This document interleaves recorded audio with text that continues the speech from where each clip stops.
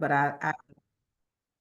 as she was saying, I can't sing, but I'm pointing to myself, and I feel like you should point to yourself and remind yourself that you'll rise up and you'll rise up 1,000 times again and again, that you'll rise up high like the waves, that you'll rise up even though it feels like it's hard to breathe, that you'll rise up and you'll be unafraid, unapologetic, and ready to take action. You'll rise up because you understand that all we need is hope and that we can find that hope in one another. You will rise up because we know that even though it seems like mountains are before us, that when we rise up, we can move mountains. But the most encouraging part about this is she said, we'll rise up again and again and again. If we have to do it 1,000 times again and again. And with that, that brings that hope and that hope that we can have in one another. I'd like to welcome everyone and thank you for being here today. It's powerful to see so many committed individuals gathered with a shared purpose to build collective power, amplify the voices of frontline communities, and take action that centers accountability and justice. We're here because we know the importance of shaping policies that genuinely reflect our community values and are driven by our shared responsibility. And I am Bishop Marcia Dinkins, the Executive Director and founder of BLAC, and I stand with you in that shared responsibility. As Dr. Martin Luther King Jr. reminded us, we are now faced with the fact that tomorrow is today. We are confronted with the fierce urgency of now. His words guide us as we confront our own pressing challenges. This fierce urgency calls on us to act decisively and collectively, especially when faced with harmful rhetoric like drill baby drill, disregarding the well-being of our environment, economy, and communities, and the harms associated with things like Project 2025. But today, I'm hopeful because we are gathering together to collectively build strategies and tactics and commit to holding bad actors accountable, not only for their words, but for the real impact of their actions on our lives and our futures. We are gathered here because we have a shared vision for our future story. Throughout today's meeting, you'll hear from Dr. Patricia DeMarco, who will speak to the harmful impacts of statements like drill, baby, drill on our community, economy, climate, and environment. She'll address how such rhetoric not only fuels environmental destruction, but also prioritizes profit over people. She will guide us in exploring how to hold these bad actors accountable and ensure our policies and actions protect and empower our communities. Rebecca Lefton will also discuss the importance of depoliticizing our work to build unity and shared strength by focusing on our collective humanity rather than political divides. Rebecca will explore how we can humanize our efforts and build coalitions that transcend partisan lines. Her insights will help us understand how to work together more powerfully, grounded in empathy and a common purpose. And then we'll conclude by speaking about where our true power lies. I'll be leading that discussion. I'll offer a perspective on harnessing our community's resilience and collective strength to drive change. You'll be reminded that the power we need to create a just and accountable future already exists within us, and it's up to us to mobilize it effectively. How we tell our stories and how we drive our stories. I was speaking with someone and they said, when you tell your story, you remove the sting of death because what you are doing is letting loose those things that have been suppressing you and oppressing you and stressing you out. Now we can bring more life together with one another. But before we begin, I'd like to take a moment to reflect on two grounding questions. And Ben will have a Mentimeter, and if you can't access the Mentimeter, please just put your answers in the chat and we will add it to the Mentimeter. The first question is, what is your greatest fear? I want you to consider, what worries or challenges you most in this work. It could be a personal fear, a concern for your community, or a worry about the systems we're up against. Acknowledging these fears allows us to address them head on, moving forward with clarity and resilience. And the second question, will be what gives you hope. Why? Because hope fuels our efforts and reminds us of what's possible, whether it's the strength of our communities, the vision we share, or a deep belief in change. Naming our sources of hope can empower us to stay committed and energized. So I invite you to take a few minutes to think about these questions. And when you're ready, feel free to share. We aim to recognize the fears that challenge us and the hopes that inspire us. By voicing these together, we're building a foundation rooted in honesty, solidarity, and a shared vision for a just and accountable future. I want to thank you again for joining us. I'm going to turn it over to you, Ben, to drive us with the Mentimeter, and then after that, you will hear from Patricia DeMarco. Thank you for joining us again and welcome. Thanks so much. Yeah, so to access this Mentimeter here, you're going to go ahead and join at Menti, that's menti.com. You put that link in your browser and use the code displayed on the screen, which is 17288867. That'll allow you to input answers to these two questions, which will then come up on our screen as a word cloud. I'll drop a link to this website in the chat here in case that's easier. And again, if you have any trouble accessing this, feel free to just put your answers in the chat as well.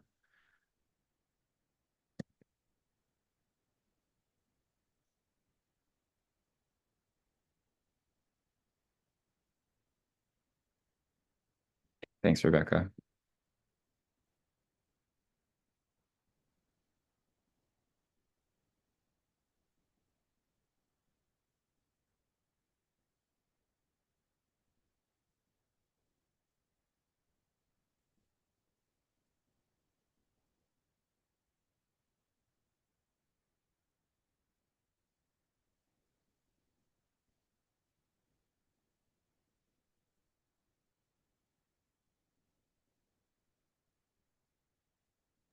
I like some of these words. I think somebody put jackbooted thugs. Climate catastrophe, suspending climate action, environmental harm, mass deportation. Yeah, no accountability, losing our civil rights. These are such powerful things. Hate speech, and we know we've seen a lot of that.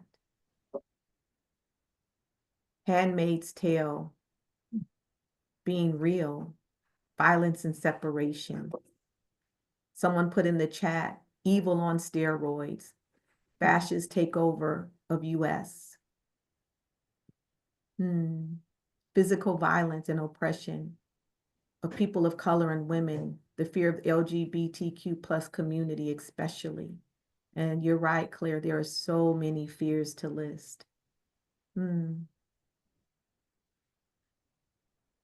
But remember, our fear can be our fuel.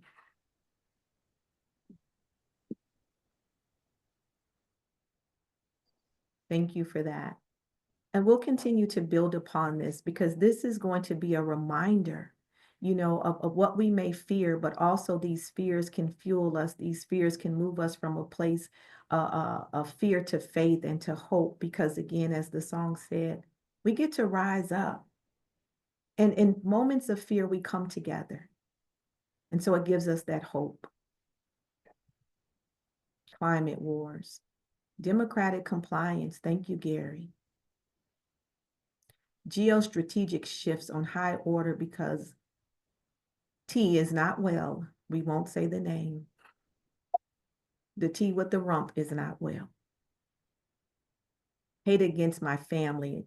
And I thank you for making that personal, because I was reminded that right now, at this point in time, our fears can also bring us together. When I think about how children, are when they're coming off the buses, they're being abducted, and how we now, it's a clarion call for us to move collectively in action, to sit with one another, step with one another. Do we need to get back to carpools? Do we need to get back to raising our the night watches? Do we need to reactivate our block clubs? Those are so many things that we can do in this moment in time to reduce our fears.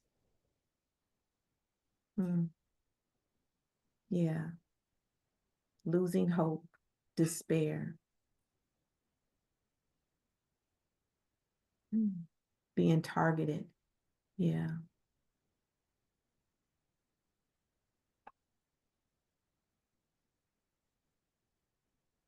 Man's inhumanity to man, emboldened bigotry. These are powerful words, powerful statements. All right. Do we want to move to the next one, Ben? I mean, they can keep going. We have 74 responses, but if we want to look at, what's our greatest hope? What's your greatest hope? You can close your eyes and breathe that in for a second, but what is your greatest hope? Not only for you, but your family, for your community. How do you want to root your hope into your future story?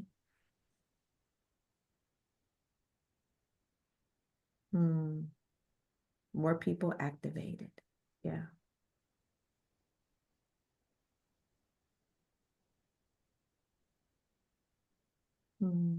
Neighbors coming together, the basic goodness of people.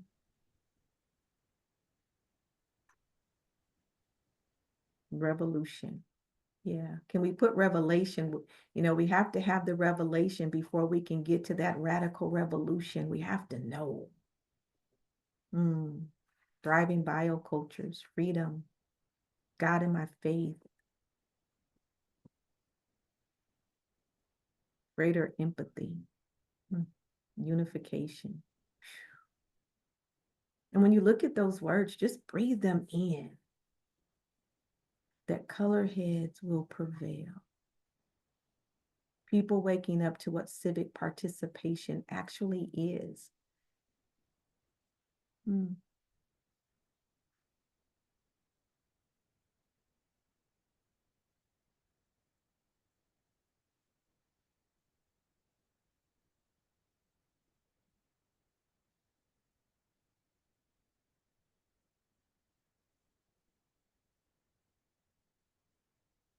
A history of good work. Yeah, beauty in nature, strength in us. Oh, cooler heads. Thank you, Claire. She meant cooler heads. I was like, okay, we do need cooler heads. Proactivity. Thank you. I want to put the word interdependence. When we move from a place of thinking that we have to be independent of one another and come to this place of interdependence, that's my hope, because it means that we're working together and relying upon one another, that we're not acting, separately, but we are proactively working together collectively. Yeah, my children. Yes, yes. Everyday kindness. Greater love, queer joy, recognizing facts. MAGA people waking up. Yeah. That the world changes.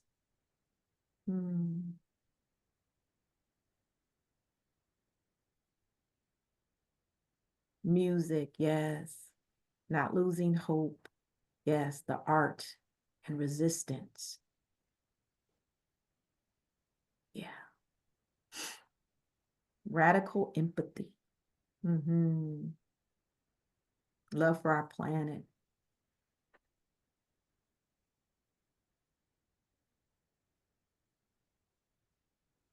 Neighbors coming together. Yeah. In the chat, we have that people will understand God and justice. Thank you. Jennifer and Gary, love it. Interdependence, definitely. Thank you. Katrina Haynes, working relationships across groups and people to propel the good.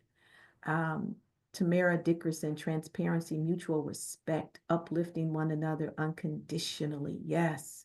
Jennifer Carius, I hope I'm saying that right, that people will understand the good of government is agency of care to the people after representation of people. Yes, my hope is that we see justice as a form of care and healing as a form of resistance, transformation, and liberation. Yeah, thank you. Thank you for your responses, and this will be shared, and we'll keep this before us because this is not the first meeting. I'm sorry, I'm off camera. That's kind of rude. This is not the first meeting This is the first and the last of the first meeting. This is the first meeting of a few meetings because we do want to come back together and build collectively, not only for our community, but because we now have to have a multi-state, multi-layered plan, and we have to do this together. So just know that during the time that the speakers are speaking, that we're not here to talk at you. We want to talk with you, that all voices are necessary and needed in this space. This is an invitation to call you in, not to push you out. Even though BLAC says that we amplify the voices and the lived experiences of BLAC people, we understand that all of our lived experiences are needed and necessary. And to get to where we need to go, we truly have to cross the lines and build solidarity. We truly have to understand today that the tapestry of my liberation is tied to your liberation is truer than ever. So with that being said, I want to thank you, Ben, for the Mentimeter, for all of you who took the time to answer it, and we'll continue to build upon this. And now I would like to turn it over to Dr. Patricia DeMarco. Well, thank you so much. Always very inspiring words from you, Archbishop Dinkins. We have a great deal on our minds today, and we are all coping with the reality that our policy is making another turn back in the wrong direction. We have had a year almost of meetings about the environment and health and the connections that the petrochemical industry has on the health of millions of people who live in the path of the petrochemical extractive industries at all phases. And we have to recognize the reality of that. Just because people deny the science and are willfully ignorant of the impact, we have lifted up the lived experience and the stories of people who are impacted directly by unconstrained pollution, by the effects of frontline communities of these practices. And there are things we can do to stand ready to hold people accountable. I think it's most important to remember that information is empowerment. And we have spent a year empowering people. We've had hundreds of people participate in the petrochemical lunch and learns from 28 states and 3 countries. This is a movement in nascent form where people are saying it isn't okay for businesses to thrive and get rich on the backs of their workers and on the backs of their communities where they're located. It isn't okay.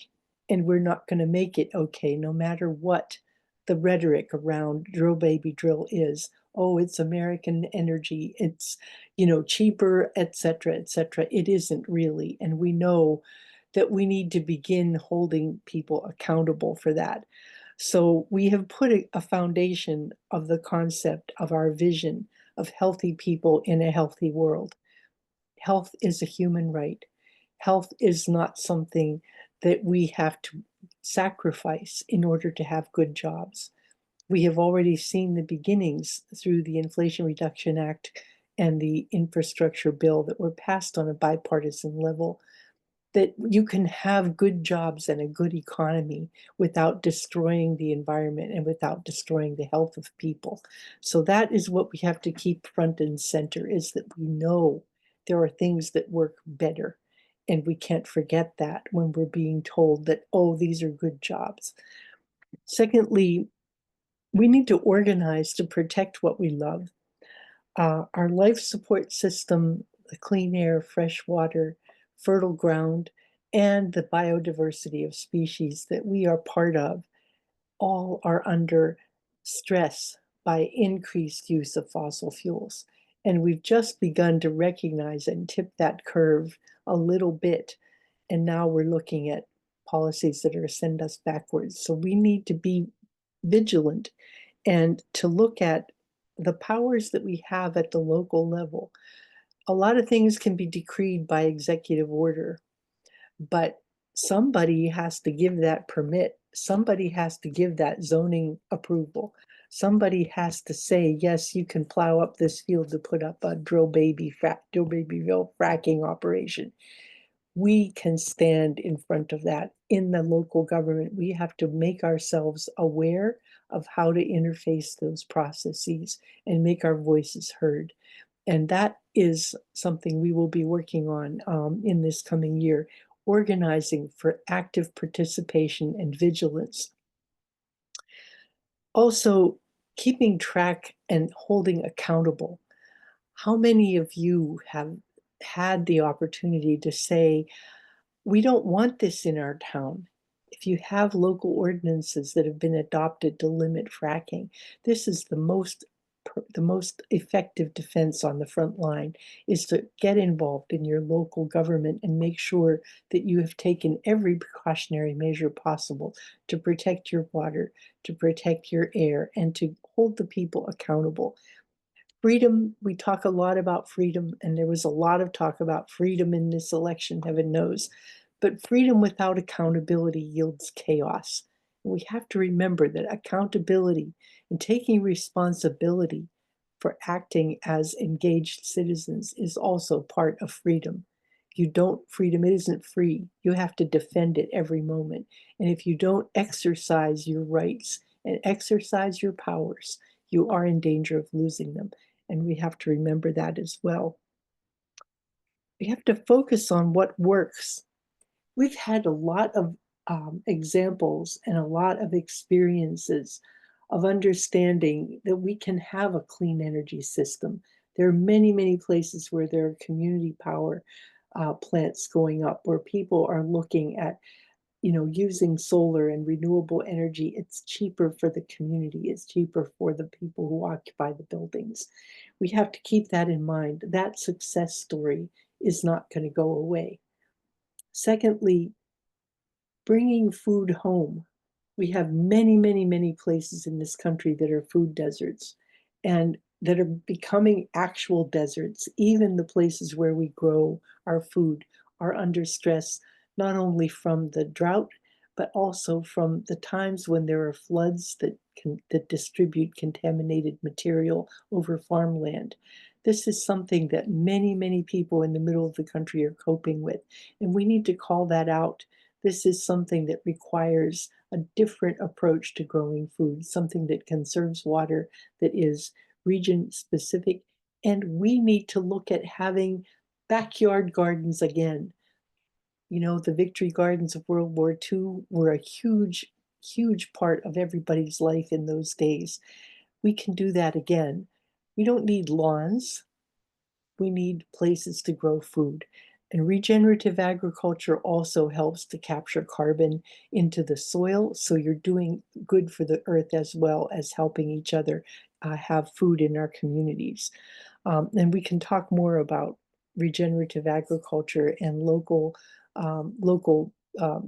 homegrown processes. There are many, many programs across the country, including one that's promulgated by FIPS to actually help people do that. And then the whole attitude of taking raw material to trash as fast as possible, using fossil fuels to make plastic. And this is one of the things that keeps driving the fossil industry, is they have a market for cheap junk. And we extract the gas here, we make nurdles out of it, and we send it to China to be fabricated and re-import it back. That whole supply chain is going to come under question, but the extraction and the production are here, and they are the things that have caused so much environmental harm in our communities. We can look again at local circular economy, made in America, made to last, things that shift the focus from quantity and rapid discard to something you make and you treasure. We used to have a long tradition, especially in Appalachia, of handmade high quality things because it was a necessity.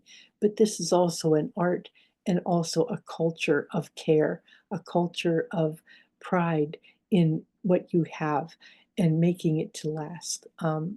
I can go on about this forever. I have an Appalachian duckback mandolin, which I've given to my granddaughter now, but it is a beautiful instrument made in the 1800s and still just a beautiful voice. So that concept of taking control of what we can control is really important. And we need to look at preserving what we love, building toward a shared prosperity, a prosperity that really brings wealth back to people, making sure that workers are rewarded for their work. We've had tremendous increases in productivity of output from our workers in this country, and the corporations have certainly gotten rich, but the wages have been flat or falling. And we need to make sure that we focus on that, the worth of people, the basic dignity of work of all kinds, and the basic dignity of people at all stages of their life, from children to elderly, and making sure that we care about each other and that the function of government is not to enrich corporations. We can't forget the function of government is different than the function of corporations. And enriching businesses is not our purpose in government. The purpose of government is to take care of the people, to protect the borders and to protect the nation, indeed, but to do it with respect for the dignity of every citizen. And that is really important. The public interest is not the same as corporate interest. And we need to keep that on front and center in the policy debate that we have. It is for the people, not for the corporations, that we have to work. And that, to me, is one of the largest messages that is missing from our public debate. What is the public interest? How can we work together to make sure that the least among us are okay? How can we make sure that as people advance in years, that they have dignity and respect and a place in the community? How can we take care of the people who are not the rich 10%, but that people of the 80% and the bottom 10%, that they count too? And it's the purpose of government to make sure that we're all okay and that we can share in the prosperity of our nation together. So we also need to be real about this. The laws of nature are not negotiable, and the climate reality is going to advance whether or not the government in power believes it. Willful ignorance is not a solution. Willful ignorance is not a climate policy. We are going to have storms. We are going to have drought. We are going to have wildfires. And the people on the front lines are the local communities. We have to look at emergency preparedness. We talked about this at one of our Petro Lunch and Learns, and it's really important that we begin to amass our resources and say, how can we take care of each other? How can we be prepared and armed with information and armed with an important reply to all of these things by being prepared, by anticipating what we need? And I think that's a really important aspect of this time of preparation. And we need to take care of each other, to live in harmony with nature, to live with respect for each other, and to recognize that we are more alike as humans than different in race or religion or national origin. We are people of the earth. And if we take care of the earth will take care of us too. And I think we also need to remember that we are the power of our nation. The power rests with the people, and we are in charge of our fate. And that we have to use wisely and use well. And our preparation for being the loyal resistance is an important part of citizenship. So I will stop there, and I welcome our conversation. I know many of you have good ideas about how we engage, and many of you have experience beyond years in being the loyal resistance and holding up the truth of our reality that rests in taking care of each other and taking care of the earth. I'll stop there. Thank you. Thank you for that, Patty. If there are any questions, you can raise your hands, or if there's any comments, please feel free. Um, I saw Joanne from Orvie on here, and Joanne, if you don't mind me just kind of calling on you, if we don't have questions, because I'd like to incorporate something into this conversation. If you could give me a hands up or a thumbs up, that would be great. And what I'd like to do is, Patty spoke to how it's about us and how we have to step up and step into this, and how we have to look at, what it is we can do. It's no longer looking at the top, but it's really looking at the bottom. And what are those solutions that we can bring? You know, um, those bottom line solutions and those bottom line steps that we can take together. Um, so Joanne, are you here and can you speak? And in the meantime, anybody raise your hand, because this is a conversation that brings in everyone. And this is the first conversation on how do we think about this together or collectively. Hi, Joanne. Hi. Just to clarify, I'm not from Orvie. That's Joanne Kilgour. So, and she is much smarter than me, much more brilliant. And so I'm not sure how you wanted me or her to engage, but just to say that. So I'm going to say both of you, and I think Joanne Martin really brings to the fore about what you can do on the community level to bring change. And I know that where you lived at, you started reimagining where you live at, and just some of the steps that people can think about as we're beginning to bring this all together to shape a multi-state, multi-strategic plan that we can put into action together. I'll just briefly say that, yes, we are a community initiative that is looking, and I put my details in the chat, at the alternatives to the plastics that Patty spoke of and the petrochemicals, because there are materials that are available to us. And whether it's governance or government or the fossil fuel industry shielding and hiding those opportunities from us, we as community members here locally have recognized that those alternatives are available. So we've been this mighty little obnoxious group of people in Beaver County that started 6 or 7 years ago, that small, underfunded volunteers mostly for a number of years. We just haven't given up. And we've made a lot of mistakes, a lot of boo-boos along the way, probably offended more than our fair share of people. And I'm not worried about offending the fossil industry. But we've stuck at it, and actually, asking me to speak today, I just had a meeting with Joanne Kilgour of Orvie yesterday, and we are going to be doing a deep dive research project into the specifics of the economics and potentials that we can generate here locally and in the Ohio River Valley through materials such as industrial hemp to replace plastics. So it's possible. I think it does take us all working together. It does take us all believing in something that maybe feels a little unbelievable and is really long shots. But I think all of you understand that that the long shot is worth fighting for. So I'll leave it there. My contact information is in the chat, and I'm emotional right now and feeling grateful for all of you showing up, grateful for Bishop Marcia and Patty and all the other presenters today. These are tough times, and I'm just grateful for all of you. Thank you. Thank you. Again, we go back to the I, and I see folks are putting information in about what they do.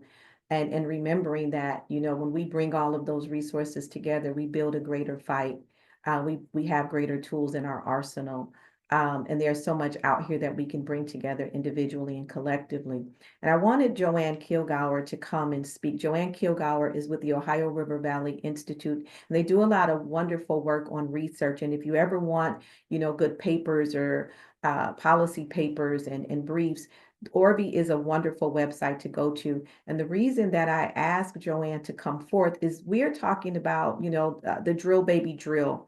And I was just at a meeting with her in Philadelphia a couple of weeks ago. And one of the things that we were talking about is carbon capture storage and how oil and gas is really presenting themselves or posturing themselves in 2025 to not only get the, I believe it's the Primacy 6 permits on the state level because it moves it faster, but the ways in which they want to, continue to use carbon capture storage as a false solution. Why do I bring this to the fore? Because we have to be ready for all the things that are coming forth. And one of the things or one of the strategies that we have to think about is how do we begin to build rapid response plans? How do we begin to look at what's moving? How do we put data, in place? How do we begin to look at as we're building out this strategic plan or this footsteps, our footsteps together is how do we utilize the tools that we have? Because we have a lot of tools in our hands, but we have to know how to use them. And data is one of those. As well as, looking at the fact that midterms, that the presidential election is just not our stopping point. It was just one place of a destination that we have power when it comes to the midterms and to our local agencies. So I'm not sure, Ben, if Joanne can come on. I don't see her. Yeah, I'm afraid she's not with us right now. Okay. I Mhm. saw her at one point in time. Okay. Well, I will bring Joanne, I will ask her to come back. But the one thing about it is the carbon capture storage. Mhm. There, I know in Ohio and a couple others, they're trying to get their permits. And so they've really been in the background of talking to big oil and gas. And legislators are promoting, carbon capture as a solution when we know it's a false solution. We've heard that, we're going to have the cleanest air ever on the planet and the cleanest water ever on the planet. But how can you have these things when you're trying to deregulate agencies? And so when we look at building our strategies, what can we do?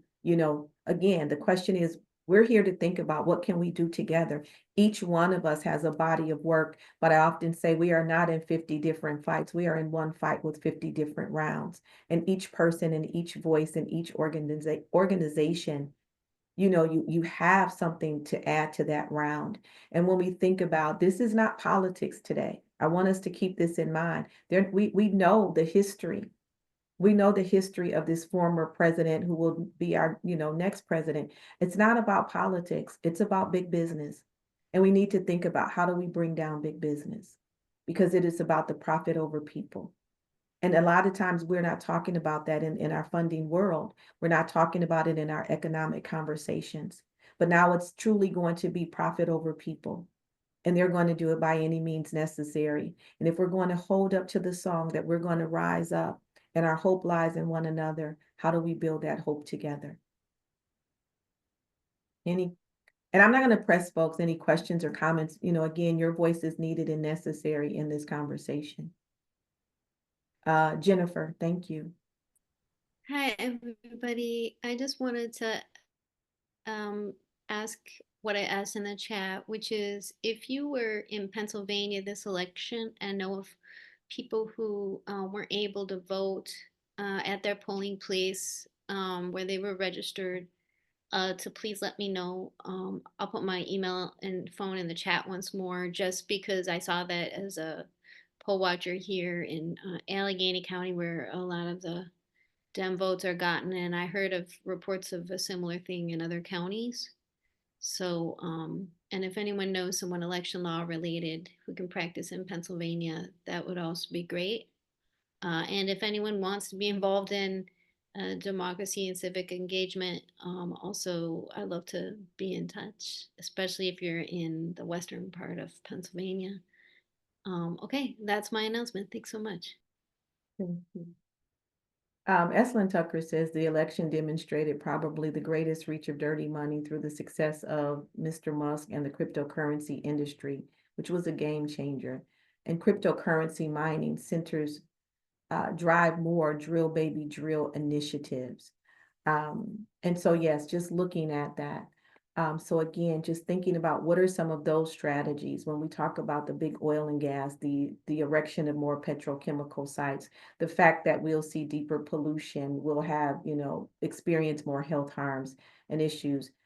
we need to come together for our messaging. We need to think about what's the story we want to tell. How do we want to tell it, and how do we tell it individually in our communities and collectively as a region and multi-states. So with that being said, I'm going to turn it over to Rebecca Lefton.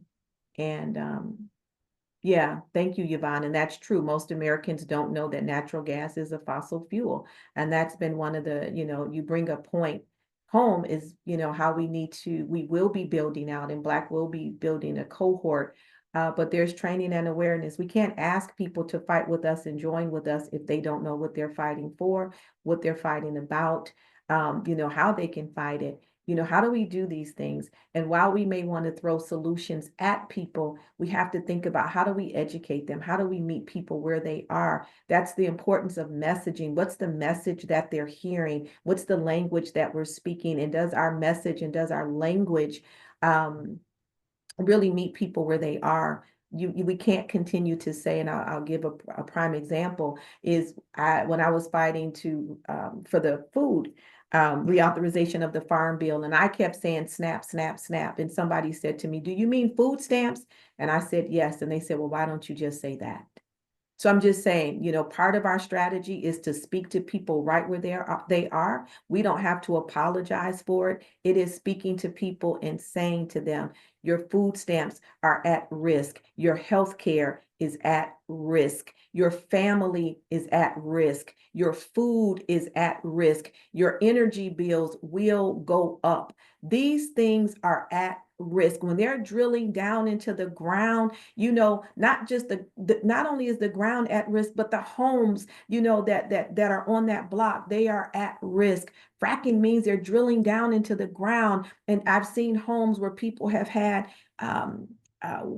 what do you call it? Earthquakes. And their homes were just decimated. We have to talk about the fact that if we want food access, food access means I can go to the grocery store in my neighborhood, and I don't have to drive 20 miles to go to a grocery store.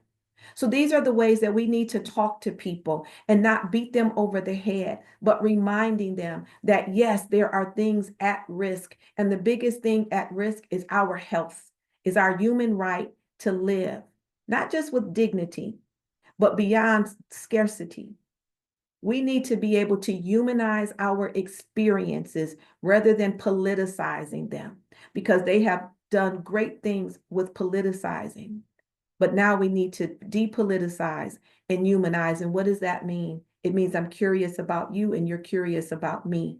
BLAC is intentional about building trauma-informed movements, because we have to understand that we are coming into this place traumatized, and we are building in a traumatic way. And we carry this all the time. So how do we move from seeing things as symptoms and looking at the fact that there are events, experiences, and effects? And as Dr. Ford put, Project 2025, it's not just about destroying America. It is about destroying a subset of people that they don't think is deserving and entitled. And with that, I'll turn it over to you, Rebecca. And let's pay attention to the powerful statements in the chat, because they are so right. Thank you, Bishop, and thank you all for being here. I recently joined BLAC as the Director of Policy and Research, and I keep reflecting on how grateful I am to have ended up here, where I feel like I'm in the right place in the right time. After spending many years in Washington, D.C., working with the administration, both nationally and globally. I'm going to touch on 4 points, which I think they're all interrelated, and many of them touch on what's already been said here. And the first thing is that we have the opportunity to grow the family. So when I joined just recently, Bishop Marcia said, "Welcome to the BLAC family." And I see what we're here together doing as growing the family.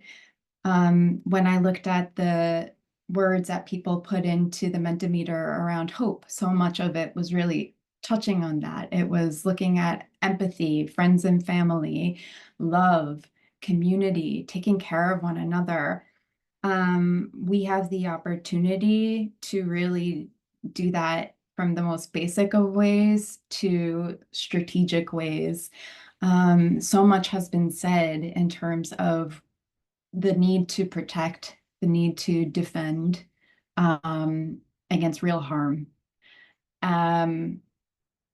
Some of that is going to be, a direct result of the policies and the actions that will be put into place in terms of whether it's, false solutions, fracking. Also, we're going to see continued impacts of climate change, and we're going to need to come together. So for me, this really leads to the next point, which is, in addition to saying what we're against, what is it that we are for? What does the vision that we want to articulate look like for how we thrive? And, as Bishop Marcia says, how we humanize and live not just in survival mode, but with freedom and joy and liberty. What does that look like? So what do we love? How do we love? A lot of my work has centered on working with Indigenous peoples. And in that work, it's what we've done is put forward essentially a framework for how we as individuals, policymakers, businesses can engage with the world in a way that honors life. So according to different original peoples, there are different original instructions, and these all come from nature. So it's nature's guide for how do we live in harmony with life. And it's essentially asking the question, if all of life is sacred, how do we treat it? Or if life is conscious and intelligent, how do we treat it? So we can learn from nature in terms of how nature does thrive. When nature is thriving, it's generous, it's regenerative, it rests. There's collaboration. So together, there will be those of us who are with our organizations or with organizations stepping up to stop bad things from happening in many of the ways that Patricia spoke to. Just as important is, what are we doing to regenerate ourselves and one another? And as Bishop Marcia said, we do this in a trauma-informed way, recognizing where people are at, meeting people where they are at, and that may be very tired, angry, afraid. And so for us, that healing is really important. And that also comes back to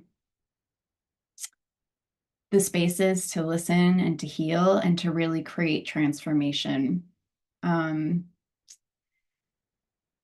the transformation comes from us recognizing what the problems are that we're trying to solve and naming those.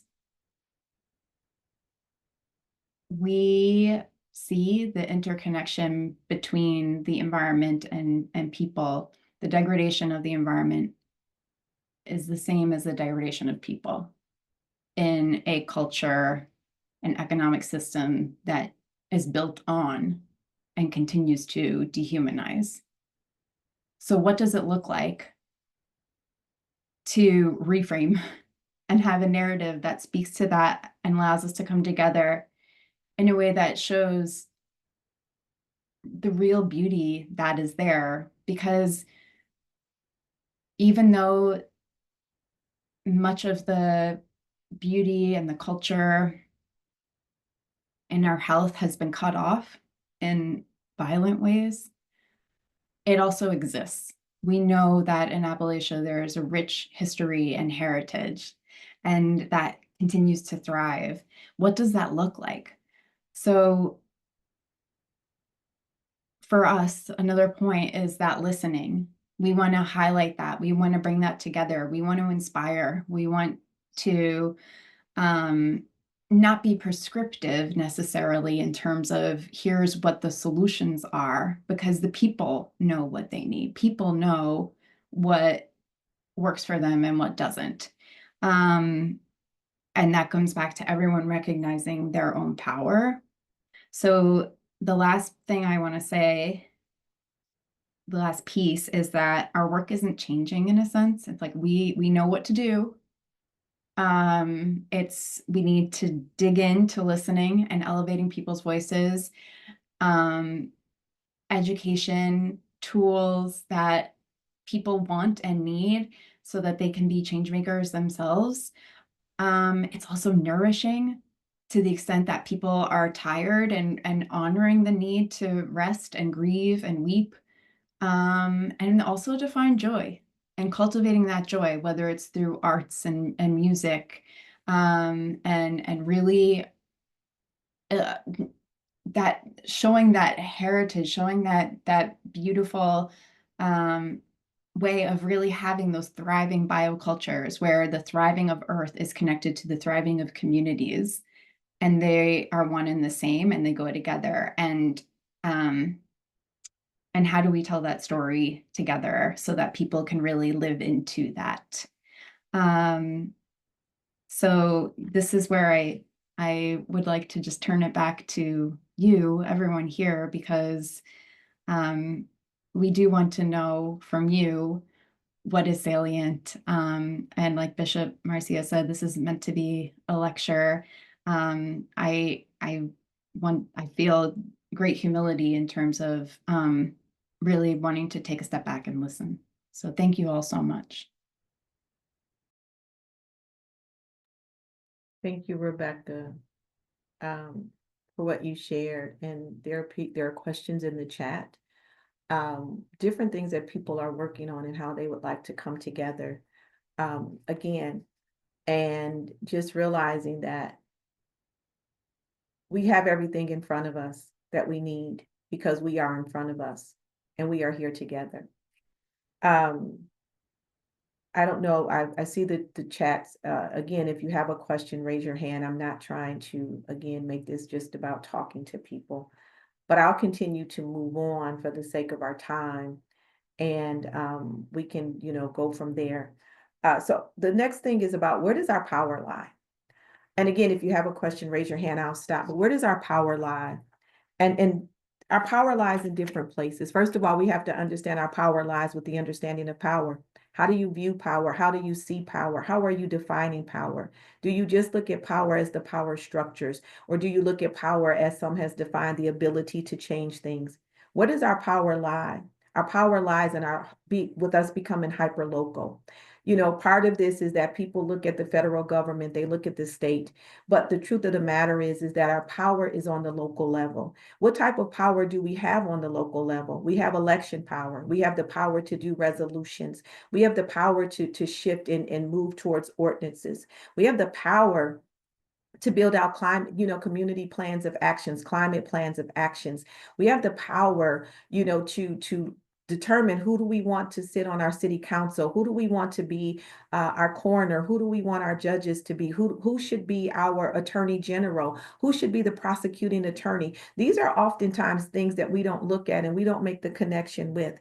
We don't make the connection that they are all connected, and because they have an input and an output, that it's driving these systems. We have to realize that one of the most powerful things that we have is the fact that we're a system, we're a family system. We come together and we operate in different systems. Where's our power? It's in our stories. It's in our anger.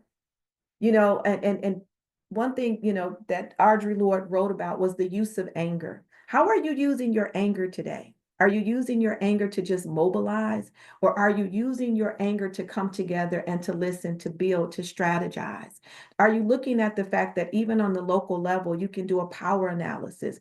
Why a power analysis on the local level? Because you have to understand where your power lies. You have to understand that it may not be the city council president, that it may be the city council secretary. It may not be the superintendent himself. It may be his secretary. We have to look at the pillars of power. power. We have to understand that power comes, it's horizontal and it's lateral. And what type of power do you want to build? What's the power base? And how are you going to build your power base? We don't want surrogates and saviors. That's not power.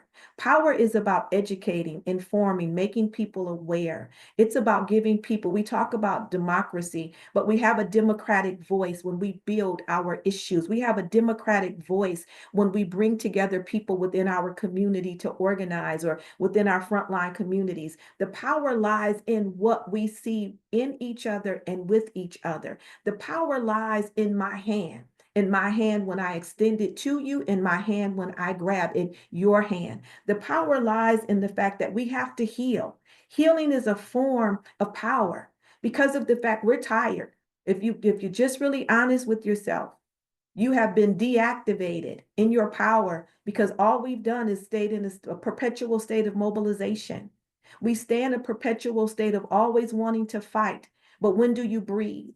When do you come to the point of stepping back? When do you get back into the valley? When I was an organizer, we didn't use words like frontline community. We just said community organizing. You were that, or an advocate, you were an activist, or you were in the movement space. But the bottom line is we have to get back. It's community organizing. How do you organize your community, your community's voice, your community's story? But the power that you need. Yeah, somebody said we have to know our power. You have to know your power. If you don't think that you are powerful, you are not going to step up powerfully. And that's what they want us to do. When I'm operating in fear, I'm not operating in power. When I'm operating in hesitation, I'm not operating in power. So understanding the power within, and the power within again is your anger. It's the power of remembering. One of the things that we all sit back in our homes and think about is we tell those stories. Remember when, we remember the good old days. We remember when this person did that, when this person did this. We have the power of remembering, because in remembering, there's our story. And inside of our story, there's the power, because inside of one story is another story. We have the power of mourning. We have the power of grieving and lamenting. We think that these things are not powerful, but when we can come together and collectively mourn, we can move from tragedy to triumph. We can move from our trauma, into that place of being triumphant, of being victorious. When we look at the very weapons that have been used against us are also the very weapons that we can wield to build the power that we need. So the biggest thing that you have is yourself. And the more powerful thing is when we connect ourselves and begin to build this powerful tapestry. So how do we build it? We build it through education. We build it through curiosity. We build it by listening to people and having listening sessions, and not just saying somebody told me climate was the issue this year. It is the fact that the community says we need to look at climate issues. We need to look at environmental issues. The community may not be saying that. They may want to look at food. So it's about coming together in your community and having these conversations. We always talk about we want a seat at the table. Truth is, even if you get the seat at the table and you're not talking, then you're just occupying a seat. When you already have a seat at your own table, you have a seat at your community table, you have a seat at your kitchen table, because you can bring together people and have these conversations. You can have a seat in the church. You can have a seat at the library. The question is, when you get into that seat, what are you doing? Are you building the power? We have the power of articulation.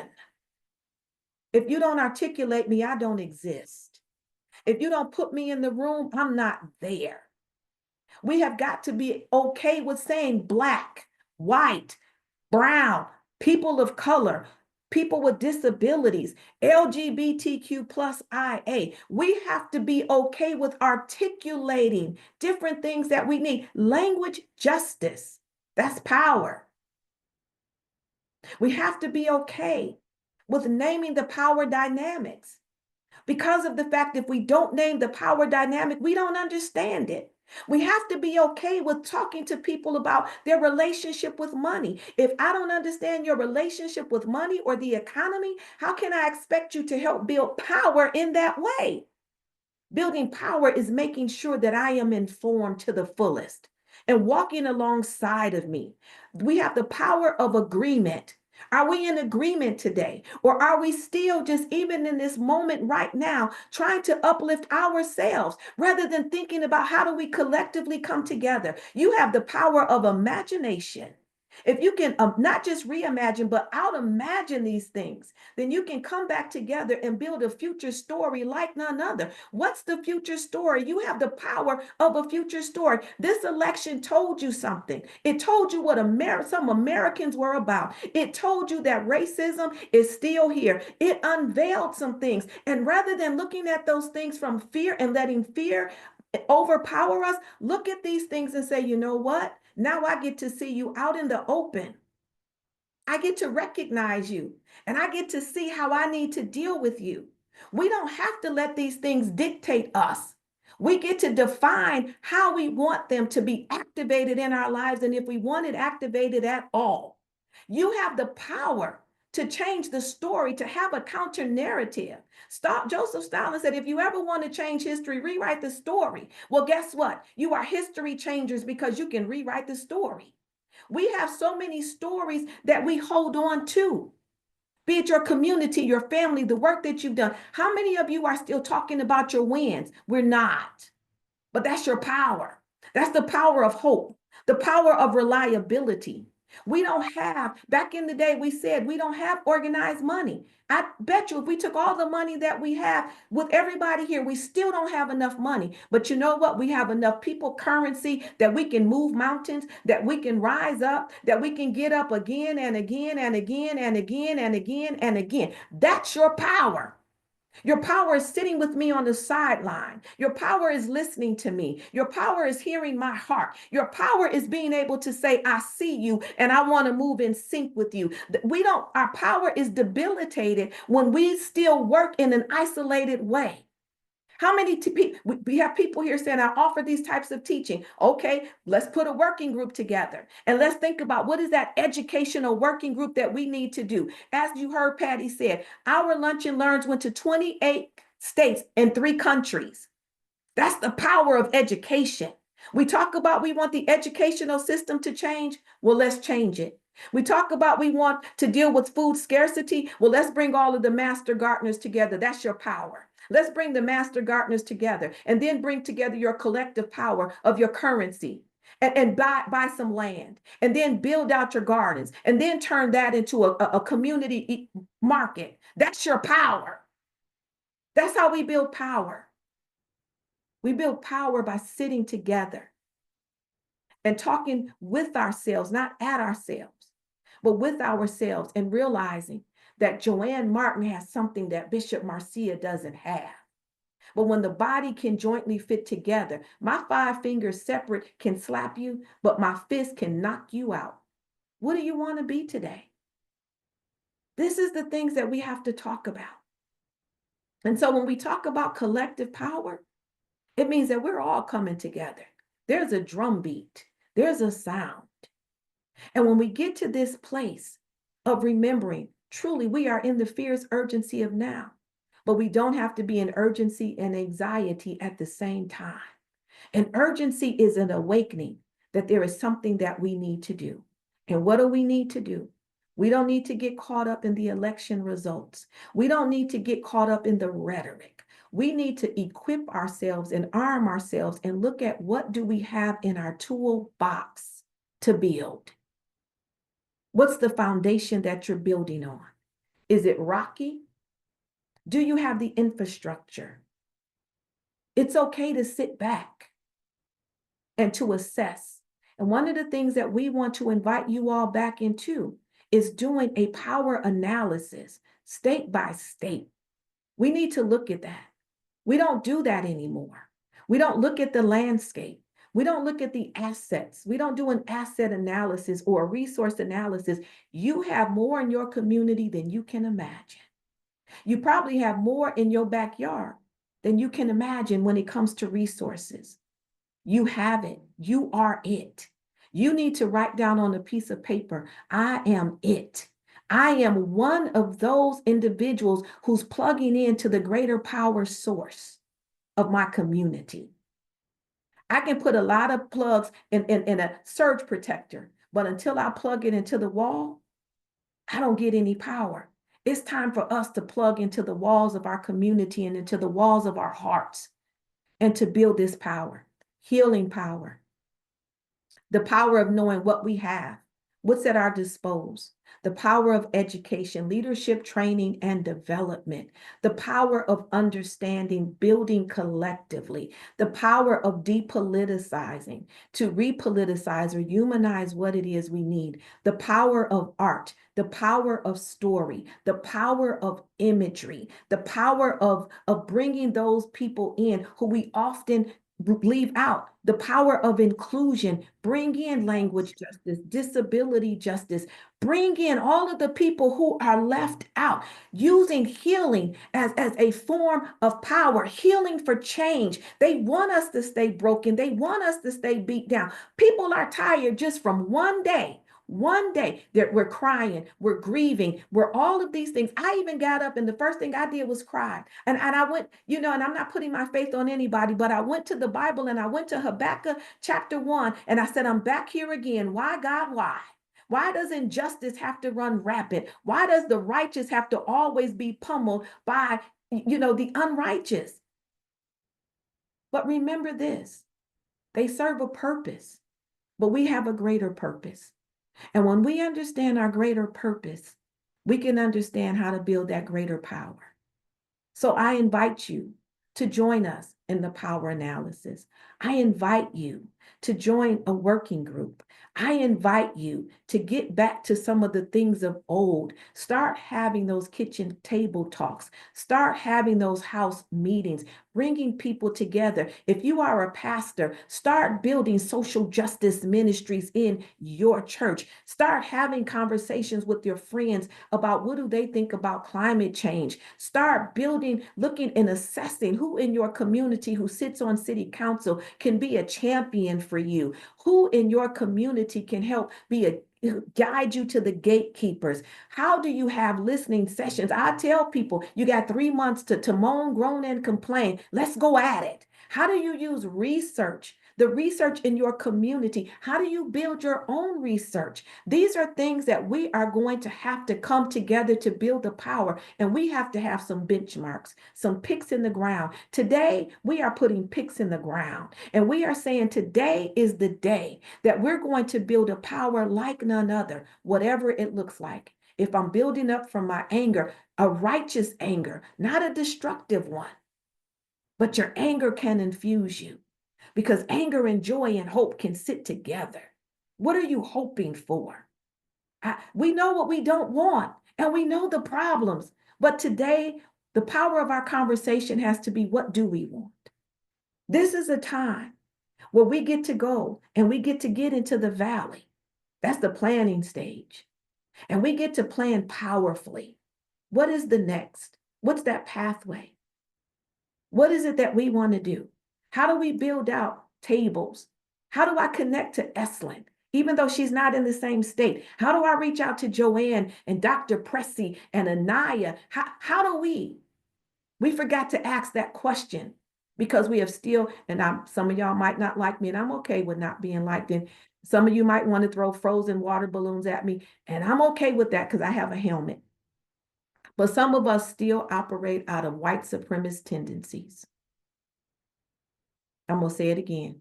Some of us still act out of white supremacist tendencies because white supremacist tendencies mean I want to isolate you, I want to dominate you, and then I want to control you. We are being abusers to our own selves, and we have to stop it. That's one of the greatest powers that we have is truth. So today, how do you want to build that power? How do you want to wield that power? How do you want to understand that power? How do we want to build it in such a way that it radiates, illuminates, and inspires across every state? Because we understand that if you want to look at the federal part of this, look at the fact that every state is impacted by the federal. And then we need to dwindle that down. And the question that I have for you today is, are you ready? Are you willing? because I know you're able. Are you ready to join the conversation with BLAC? And because BLAC is ready to join the conversation with you. Are we ready to really build solidarity? Do we really want radical hope? Do we truly want the revelation to get to the revolution? And if you're ready, put a heart up there. Are you ready to see change in your community? Are you ready to leave a legacy for your children and your children's children? Are you ready to envision your future story? Are you ready to spread hope? Are you ready to move beyond the harms and to healing? Are you ready to realize the power that's in your hand and in your heart and in your voice? Are you ready? Because as Dr. King said, we have to recognize the fierce urgency of now. Today is yesterday and the day before that, because the culture has set it up. So as I stated, the power lies with you. And how do we build that power? We build you so that we can build others individually and collectively. We build our stories. We build our trust. We build our relationships. We build our hope. We build the fact that, that we want to see a future that will inspire us. And we have that. Don't be scared. We made it through some terrible, terrible, terrible things. And if COVID didn't show you all anything, or remember this, COVID showed us that we know how to stand together, fight together, care for one another, care with one another. We know how to be sustainable. We know how to meet people's needs. We know about mutual aid. We know about shared understanding, shared pain, shared vision, and a shared hope. Man, this is nothing. These 4 years is nothing. It only becomes fearful if we keep it that way. But today I invite you to stand powerfully, powerfully in you, powerfully in your community, powerfully in your dreams, powerfully in your hope, and powerfully in your story. And so we invite you on November 21st to join us as we begin to talk about the collective actions that we can take together.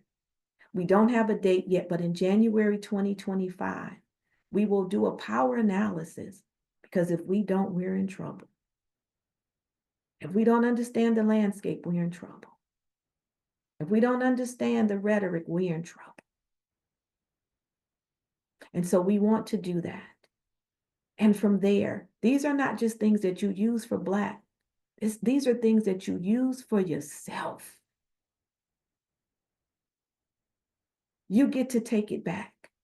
We're just inviting you in to dream together and to build together, because that's the one thing that they fear, is all of us coming together. And that's the greatest power that we can have, unity. Are there any questions, any comments? I didn't mean to be preachy at you, but if you want to know about power, you have to understand you. If you want to know about how do you change the economy, you have to understand the economy. Go ask 10 people, what does the economy mean to them? Go ask 10 people, what does flourishing mean to them? And some people just might stutter because we haven't had the opportunity to see those things. But when you can tell somebody that you have the ability to do this and you don't have to do it alone, that's power. Because I want to know I'm not in this fight alone. Somebody's got my right arm and my left arm. Are there any questions? I'm going to comments or anything that anybody would like to add as we are closing out. You all got me to tears. I just been in tears this whole time you've been talking too, but I notice a number of people are putting their organizations and their passion and their missions in the chat, and we will definitely reach out to all of you who've done that and pull you into the planning, pull you into this process.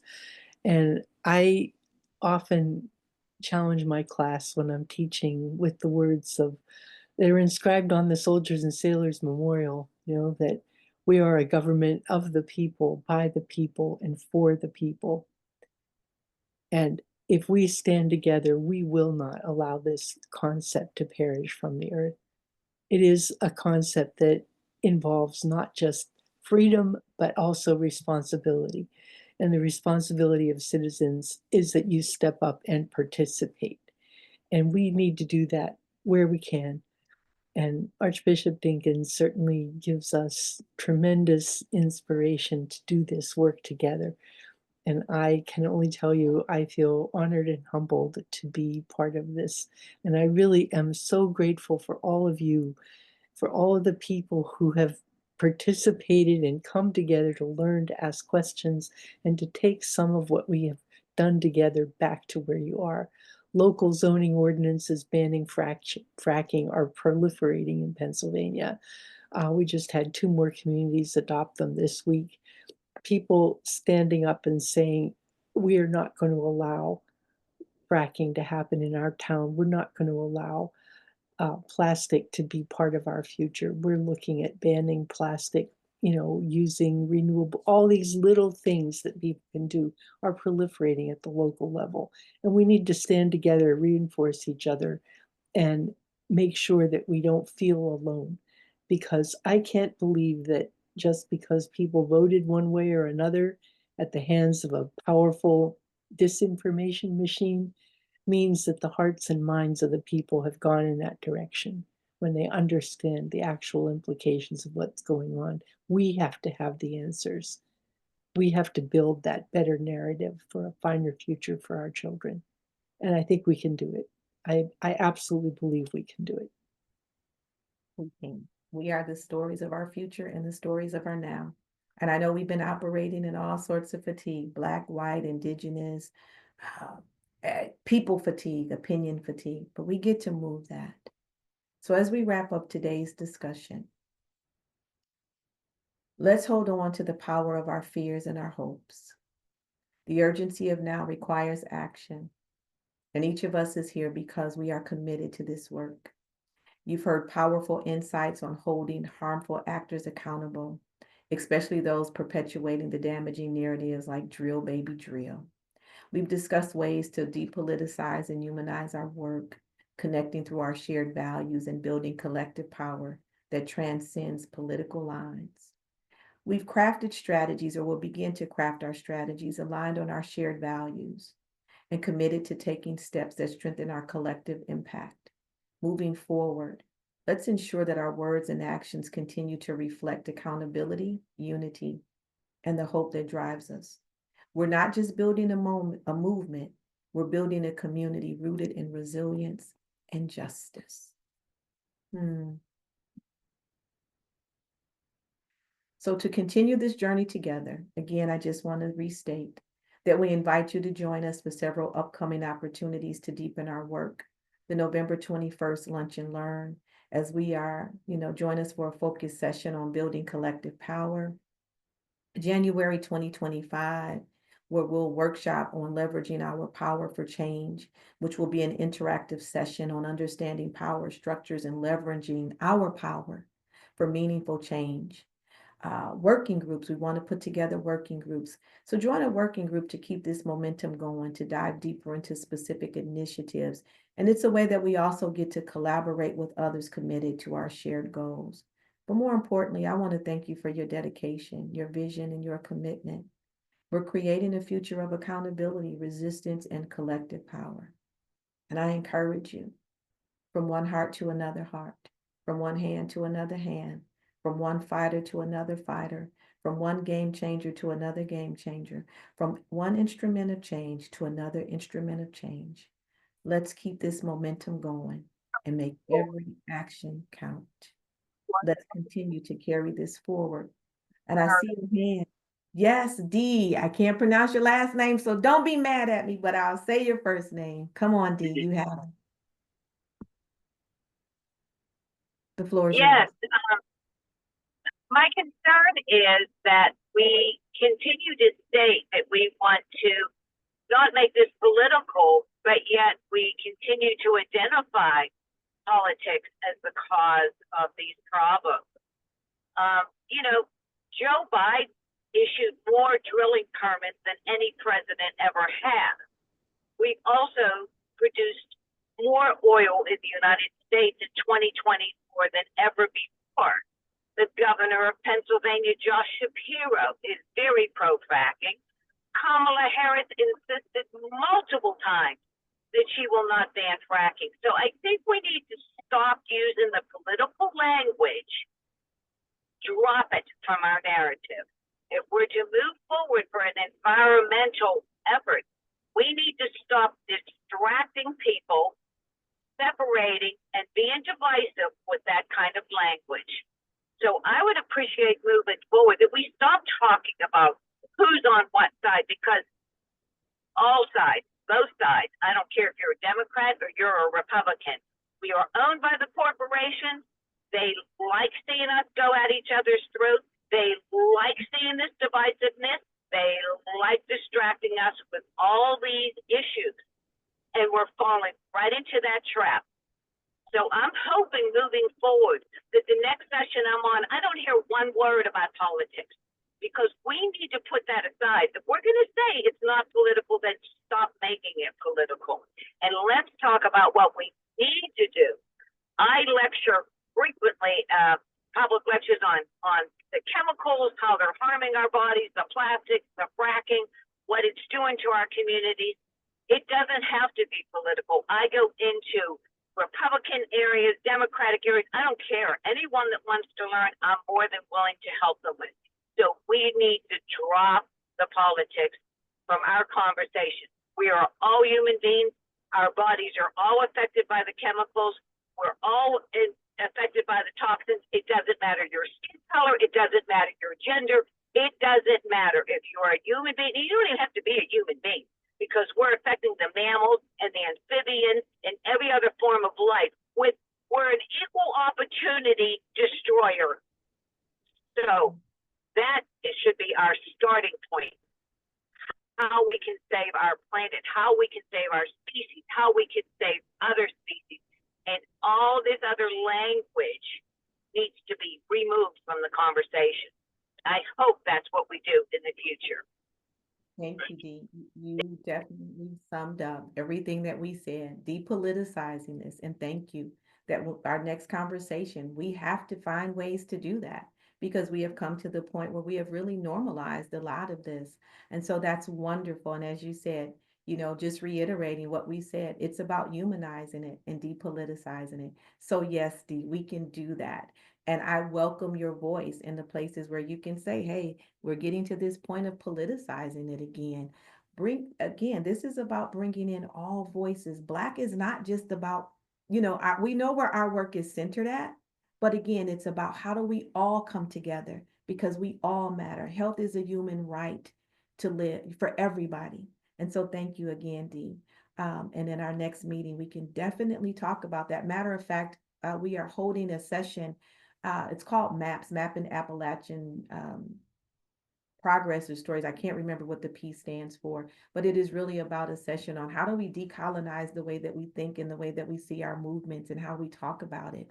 So yes, ma'am, thank you so much for just reiterating that. And just striking, the chord of importance and making sure that we stay there, appreciating your voice and your input so, so very much. Is there anyone else? Mapping Appalachian Power and Stories, yes. And it's not just Appalachia, but it's Appalachian adjacent, it's Midwest, it's everywhere, because now it's all of us. All right, I don't see any other. Nita J. Thank you, Bishop. I just wanted to give voice to a few other comments that I see in the chat that I think will speak to a lot of us. I think that it is fair and reasonable, yet respectfully, not everyone has the option to not have their identity politicized. From Shana Goggins, thank you. And Ocean Smith has also said, a lot of this room are politicized without our permission, unfortunately. I think it's important to have these comments in this conversation as well, because often politicization isn't a choice. Thank you for holding this space. Eslyn Tucker. Yes, I just wanted to say that um, politics is a part of our lives, and it is part of the landscape that we are dealing with for how we got here. And so, from that standpoint, it would be utterly naive of us to ignore politics and the role that it plays and the role that special interests play. And also look at the fact that they're, um, uh, everything that Dee said, like about the increased, drilling and so forth that happened under the Biden administration about Democratic, uh, um, Governor Shapiro or whatever, allowing for fraction. Uh, that is because of those special interests and also the political pressures that that they're all dealing with. Although Biden administration has also put forth legislation with the greatest effort to tackle climate change in the IRA, the Inflation Reduction Act, or whatever. Is it perfect? No. Has his record been perfect? No. But we need to consider all of the above if we're going to be true about this work and moving forward and tackling the challenges that we have ahead of us. And and I realize that there are people who are on the right who also are concerned about conservation and climate change, whatever. And so we need to also consider all voices. But there are efforts out there and voices out there that are designed to distract us too, and designed to tamp down on the real work that needs to be done, like with the carbon capture or whatever, where it's used as a tool of oil producers or whatever, to say, well, so we can drill more, we'll just do this carbon capture here. So anyhow, I wanted for people to give that consideration, and let us be open to tackling this from a number of fronts, and being able to not stifle our conversation but to open it up, if we're going to truly move forward and work together. Thank you for that. I think what I heard Dee saying, what I'm hearing you say, and we're all still saying the same thing. Part of the depoliticizing is we've always, looked at the politics of identity and certain things that we've leaned into. It doesn't mean that we forget or diminish or erase the fact that there are policies in place, and that's what's attached to the policies is the politics. There's the issue of the policy and the politics, but we don't always have to let ourselves be the tool or the instrument that's being politicized to run their agenda. Do we acknowledge it? Do we speak to the truth? Yes, we do. But I know for me as a Black person, I get tired of the time that Black people are brought up is when it's time for like politicking or wanting to politicize identity politics. So there is a balance that we strike in this, and it doesn't mean one we eradicate one over the other. It is those points and places where we know we have to identify, acknowledge, but it's also this place, do we keep rehearsing and reiterating the language or the political conversations. And maybe I'm not saying that correctly, but there's a way that we can have these conversations, build this work to where we depoliticize it and we repoliticize it into a way that it's driving the solutions that we need and what we want, versus just always speaking to it from their point, their language. And we need to massage it out, because again, some of these things we've just not done before. Wanting to just honor, so I thank you both for that, because we need that balance. and just looking at all that's coming forth. Again, wanting to, I know there's lots in the chat, these things will be shared. I am going to ask that, for the folks who came to the meeting, we'll share this. And I think some parts of this conversation is a little more personal to others. And so as we're building this, I'm going to say, be mindful of just like where you're sharing it out to. And just be mindful of who you are in relationship with. Sometimes our stuff gets caught up in the shuffle of things. We haven't said anything here that I haven't said anything here that I wouldn't say again, but just understanding some people, there are sometimes we can have people right there standing in front of us, but not really ready to build with us. So again, thanking you all for coming here today, bringing your voices and centering your voices in this conversation, remembering that a post-election conversation is really about how do we really want to come together and acknowledging and seeing one another in the work that we do to be able to collectively come together to build. Just remembering that you are needed, you are necessary, and you are that power broker, and you're powerful. And as we just move forward, to reiterate, November 21st, we invite you to the Lunch and Learn. We will send out the recording to you all who have attended and those who have registered. In January, we want to do a deeper power analysis. We want to develop the working groups because of the fact that we need to do some deep dive in training and organizing, because we don't want to stay in a place of always being mobilized. That wears us out. It wears us out if we stay in a perpetual state of mobilization. We want to learn how to not always be rapidly responding to everything, but knowing what we have to say no to and what we have to say yes to. Yes, currently the law operates on the idea that any industry has a right to exist and operate. And there's so much. So we will share, I will save the chat. We will share the chat because I do know that there are other individuals who put their information in there. And I just invite you again to let's build together. Let's dream together. Let's out-imagine this together. Let's strategize together. And let's just come to this point where we are holding one another up as we fight together, tell our stories together, remember together, heal together, build together, and identify and bring forth the solutions that we need to have a life that's all inclusive of all of us together. And if there are no further comments or questions, I'd like to give you back about 18 minutes of your day, honoring and respecting you each for being here.